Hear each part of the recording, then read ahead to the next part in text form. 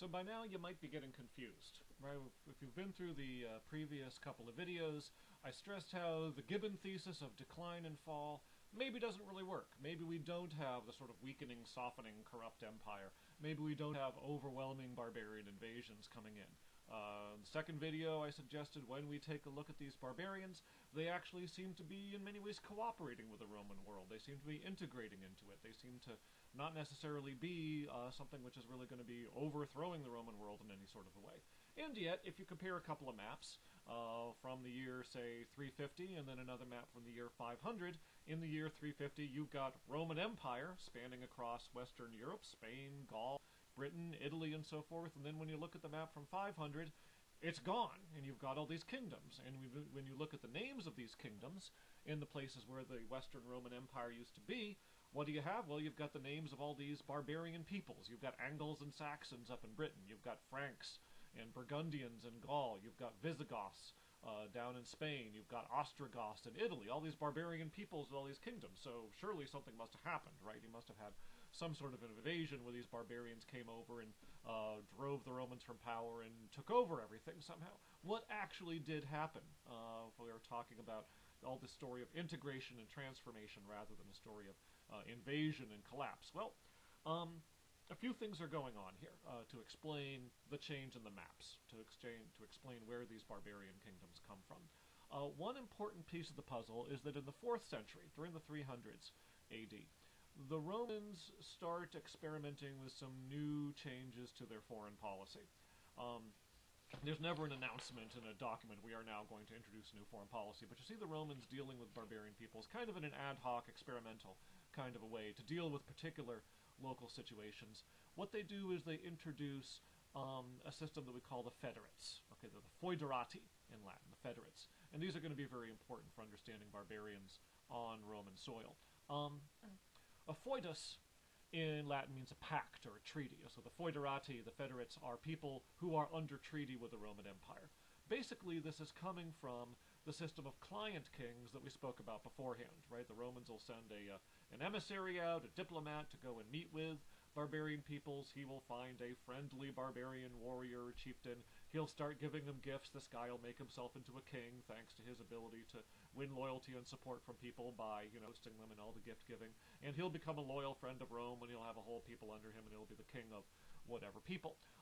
So far, so good. But sometimes it happens that these Roman clients out beyond the frontiers might get themselves into trouble out there, right? They're not the only barbarians in the woods. There's other barbarians around too, and you get into fights, and sometimes the other barbarians turn out to be stronger than the Romans' allies, and they get their tails whipped.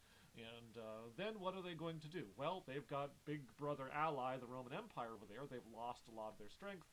They're in a lot of danger from enemies attacking them, and they may very well come and ask the Romans, can we come under your protection?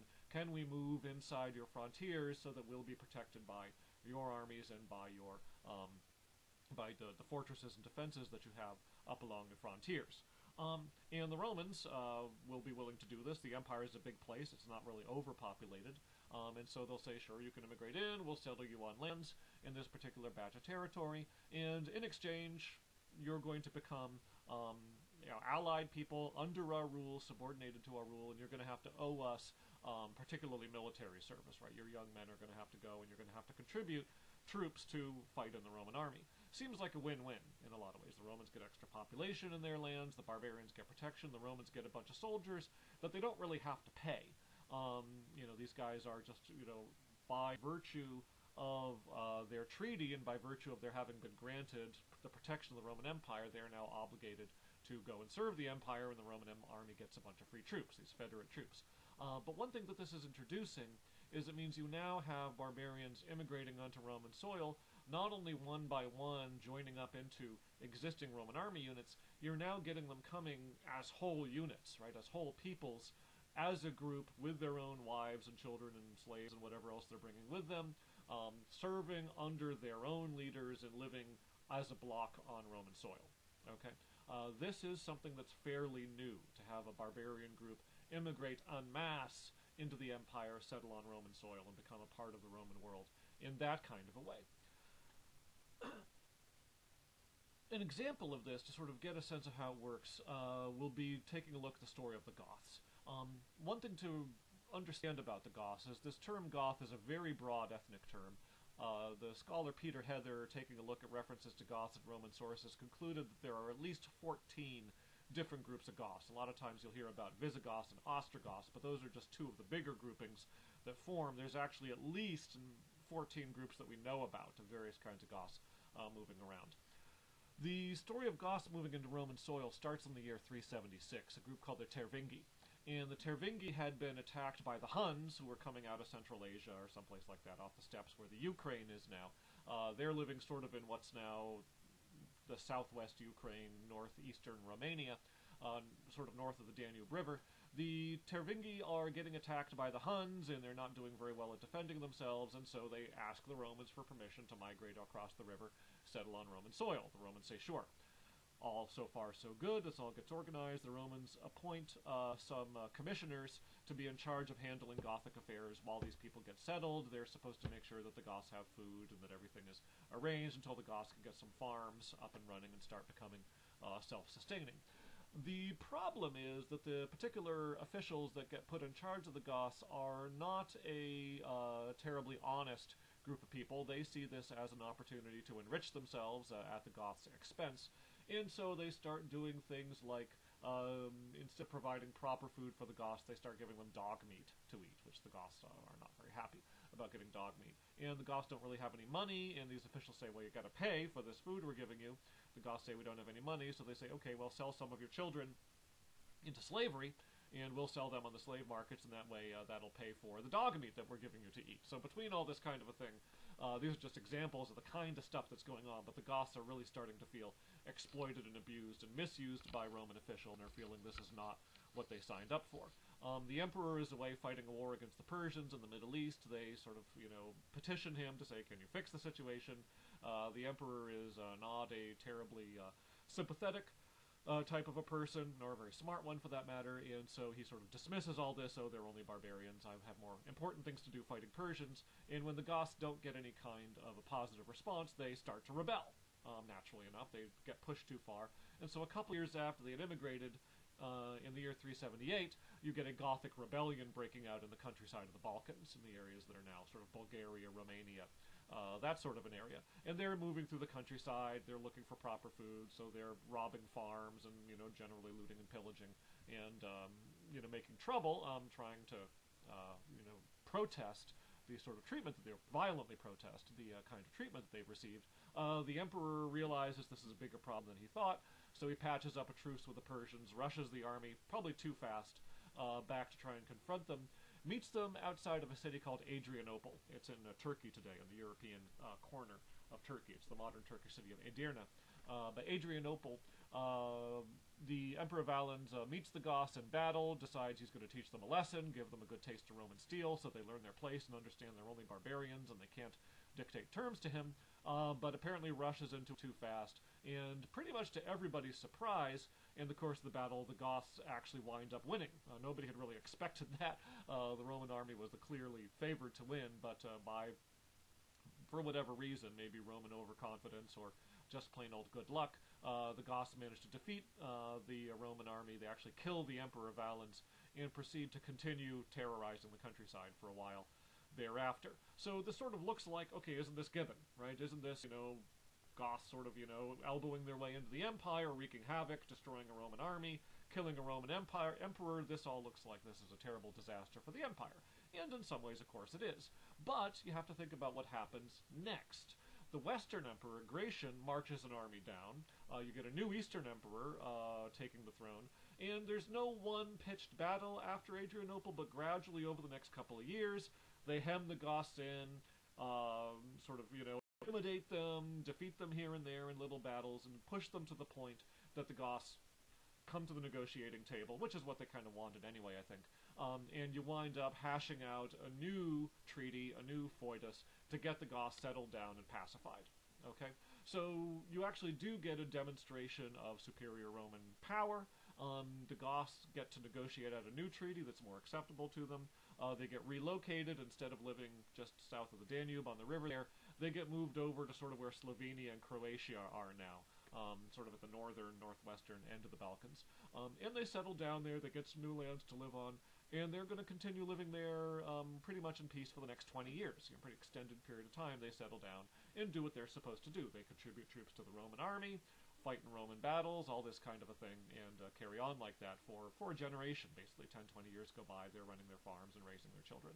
All this kind of a thing is going on. Okay, so, yes, military crisis. Yes, Gothic rebellion. But this is not an invading army overpowering the Romans from the outside. This is a mutiny within Roman soil, which creates a momentary crisis, but which then gets settled down and pacified and renegotiated and reestablished. Order gets restored by the time you're just a couple years later in 380, and then remains in order for the next 20 years or so. What happens in the next generation, to sort of round out the Gothic story and show how in some ways the pattern can continue. The Goths, as I said, serve in the Roman military. By the time you get to about the year 400, they have a commander, a king, leading them under Roman authority, a guy named Alaric, or Alaric, depending on how you want to pronounce his name. Alaric is a very ambitious guy, and he doesn't want to be just the leader of the Goths. He wants to have recognition in the Roman system too. And he's got his eye on Stilicho's job. He's in the same generation as Stilicho, if you remember him. Stilicho's from a different ethnic group, right? Stilicho is Magister Militum of the Western Roman army. He's a supreme commander of the military in the West under the emperor. That's the job Alaric wants. So Alaric is campaigning for this. The Romans want to have nothing to do with him. He sort of tries to play the Eastern Empire against the Western Empire. Doesn't really get anywhere with that. In the meantime, he plays on some unhappiness among the Gothic troops. The Goths have fought in a number of battles for the Romans, and they start complaining, feeling, rightly or wrongly, probably rightly, that the Roman commanders don't really value them all that much, and what the Roman commanders like to do is put all the Goths on the front line of the battle so that when the fighting starts, they'll be the first ones to get killed. Right? Sort of, oh, they're only barbarians, they're expendable, we'll get them killed first, and that way we don't have to worry about, good old regular Roman troops getting killed. And the Goths are not very happy about this kind of a treatment. So there's a lot of unhappiness combined with Alaric's ambitions. What you get is, by about 405, you get a Gothic mutiny. Okay, so the Gothic troops, after being settled down peacefully for 25 years, go into a mutiny at this point. Most of these is probably a whole new generation who hadn't even been involved in the Battle of Adrianople, except maybe some of the old men, by this time, who had been around 25 years earlier. Most of this is probably the whole new batch of people. They mutiny, they push down into Italy, march around a little bit, raise havoc. Stilicho gets caught in a political thing, which is partly people accusing him of being sympathetic with the Goths, topples from power. There's sort of no one leader on the Roman side to deal with the Gothic issue. Up north, simultaneously in the winter of 406 and 407, about January of 407, the Rhine River freezes and a bunch of barbarian peoples, mainly the Vandals, go running across and they're raiding all over Gaul. So the Roman army is kind of split between two simultaneous problems it's trying to deal with. Nobody's really able to deal with the Gothic mutiny in a decisive way. Meanwhile, the Goths are saying, we want our king to be Magister Militum, we want, a stronger role in the Roman army. The government doesn't want to give it to them. They get desperate and go down deeper into Italy and besiege the city of Rome itself, which, by the way, is not the capital at this point in time. During this time, the Roman emperor is living up north of Ravenna. So Rome is not actually the capital, but of course it's Rome. Rome has a certain prestige. So they hold the city under siege. They threaten that if they don't get their demands met, that they will sack the city. The Roman government basically says, okay, we're calling you bluff, we're not going to meet your demands. But sure enough, the Goths go ahead and sack the city. For 3 days in 410, they push their way in through the gates and go through the city, looting and pillaging everything, trying to pressure the government to give in to their demands. Not really successfully. Of course, they get some extra wealth off of this, and it kind of shocks public opinion. This is the first time the city of Rome has been looted like this in something like 700 years. But again, disaster for the Roman Empire, big shock, big crisis. Created by this Gothic mutiny 25 years after the first one, but again, you have to see what happens afterwards. Shortly after the sack of Rome, Alaric dies, and a new king, Athanaric, takes over this group of Goths. By now, they're called the Visigoths, by the way, to sort of distinguish them from the other Gothic groups. And they reopen new negotiations, deal with the emperor, stop trying to demand that their leader get made Magister Militum. Some new negotiations work out, and the Romans decide to move them up into the Pyrenees region in the south of France, north of Spain, around the city of Toulouse.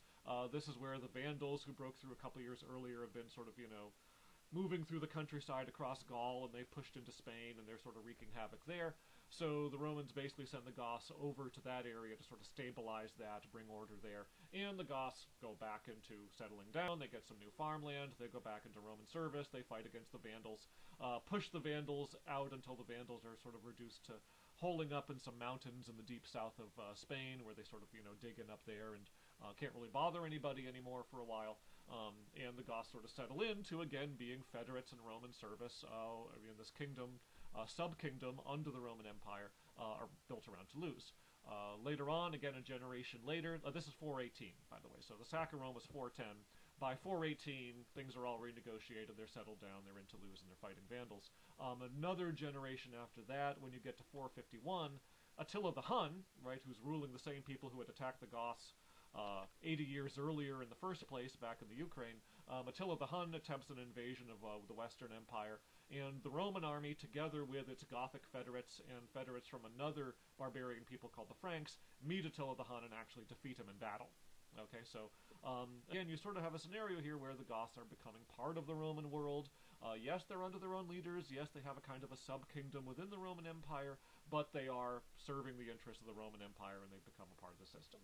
Okay, so the whole thing here is that when you look at the course of events going on in the late 4th, 5th century, dealing with barbarian federates and these barbarian immigrant groups, yes, you get crises, no doubt about it, right? Nobody is saying that there are not problems, there are not major shocks to the Roman system going on here. You do have new power players within the empire in the form of these federate peoples, the troops at their command, and the kings who are now leading them, who now have a kind of an ethnic identity to build some loyalties around, in addition to the ordinary loyalties of being in the Roman army. But you also have to look at them in context. You have to see that these federate peoples are trying to integrate themselves into the Roman Empire. They just want to do it on their own terms, right? They don't want to get abused and mismanaged by the Romans. They want to be players. They want to be able to vie for power in the Roman system and have their own ambitions in the Roman system alongside the Romans, and they are not beyond using violence and going into mutiny or going into rebellion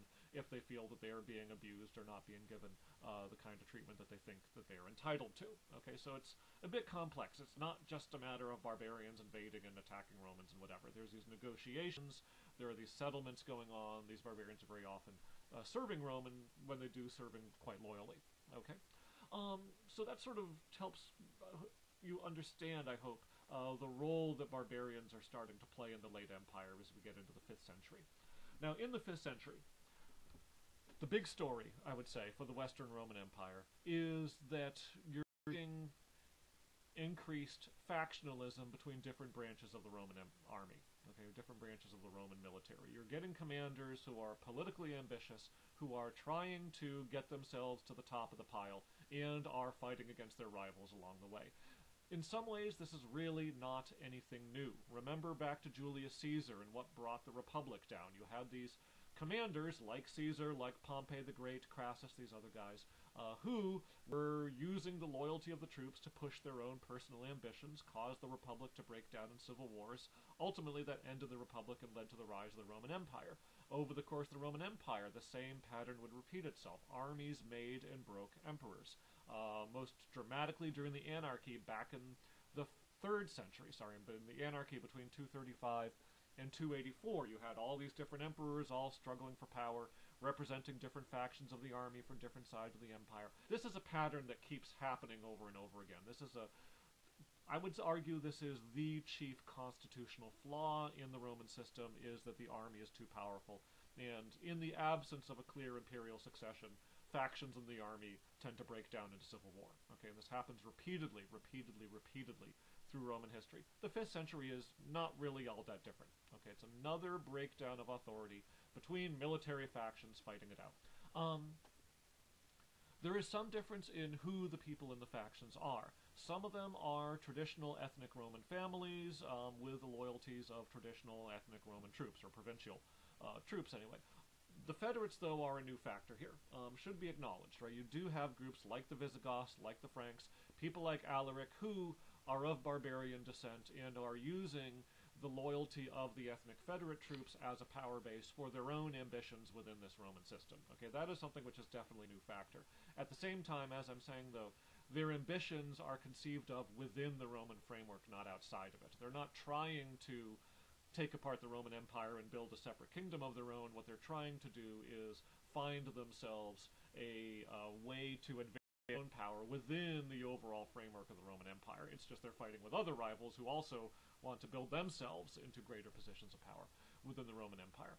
By the time you get to about the year 450, 460, it reaches the point that the emperors are no longer really capable of controlling the military factions at all, and the leaders of the military factions no longer really want to be emperor anymore, at least not for the time being.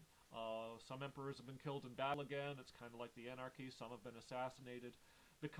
Making yourself emperor kind of puts a target on your back, and people don't want to be the target of the next assassination. So you get some weak emperors, you get some puppet emperors set up by the real powers, the generals who don't want to take the risk of naming themselves emperor. Okay, so you get a few of these. It's not that there was something wrong with the emperors, that they were, not as great as the old emperors used to be. It's that the guys who once upon a time would have made themselves emperor now feel that it's a safer bet to hold back, just retain their position as commander of the troops and set up a puppet in their place, okay, and try to control the government by manipulating a puppet emperor. The last guy who does this is an ethnic Roman. His name is Orestes. Just to show how complicated the time was, back in the 450s, Orestes had been in exile, or the 440s rather, Orestes had been in exile and had actually gone into the service of Attila the Hun. So Attila the Hun, who was never a part of the Roman system, he was always an outside threat until he got defeated, actually had Romans working for him in the form of this guy Orestes. And after Attila the Hun died and his empire, or would-be empire, broke up, Orestes went back to the Roman Empire and resumed a military career and wound up becoming one of the big power players. Orestes didn't make himself emperor. What he did instead was he took his teenage son, Romulus Augustulus, and made him emperor, with the idea that he would control the government through his son. But Orestes had a rival, another Roman commander, a guy named Odoacer, and Odoacer was not interested in having any of this. He did happen to be of barbarian descent. He was not a federate commander, didn't have any federate troops behind him. He was just a regular Roman army commander who happened to be ethnically a barbarian, the way that Stilicho was.